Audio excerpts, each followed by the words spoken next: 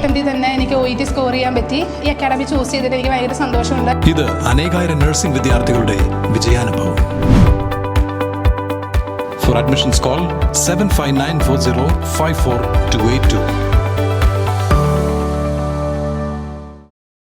കടാതിയിൽ സ്ഥാപിച്ചിരുന്ന motor വാഹന വകുപ്പിന്റെ artificial intelligence camera നിലം പതിച്ചിട്ട് ദിവസങ്ങൾ പിന്നിടുന്നു. ദേശീയപാത നവീകരണത്തിന്റെ ഭാഗമായി കാനകൾ നിർമ്മിക്കുന്നതിനിടെയാണ് ക്യാമറ നിലം പതിച്ചത്. മൂവാറ്റുപുഴ എറണാകുളം റോഡിൽ കടാതിയിൽ സ്ഥാപിച്ചിരുന്ന മോട്ടോർ വാഹന വകുപ്പിന്റെ ആർട്ടിഫിഷ്യൽ ഇന്റലിജൻസ് ക്യാമറ തകർന്നിട്ട് ദിവസങ്ങൾ പിന്നിട്ടു. ദേശീയപാത നവീകരണത്തിന്റെ ഭാഗമായി കാനകൾ നിർമ്മിക്കുന്നതിനിടയിലാണ് ക്യാമറ നിലം പതിച്ചത്. ക്യാമറ നിന്നിരുന്ന സ്ഥലത്തിന് അപ്പുറവും ഇപ്പുറവും കാനകളുടെ നിർമ്മാണം പൂർത്തിയായിരുന്നു.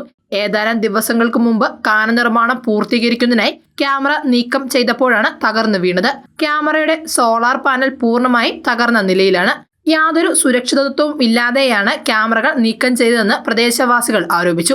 വാഴപ്പള്ളിയിലും ഏതാനും മാസങ്ങൾക്ക് മുൻപ് AI ക്യാമറ വാഹനമിടിച്ച് തകർന്നിരുന്നെങ്കിലും ഇതുവരെ പുനഃസ്ഥാപിച്ചിട്ടില്ല.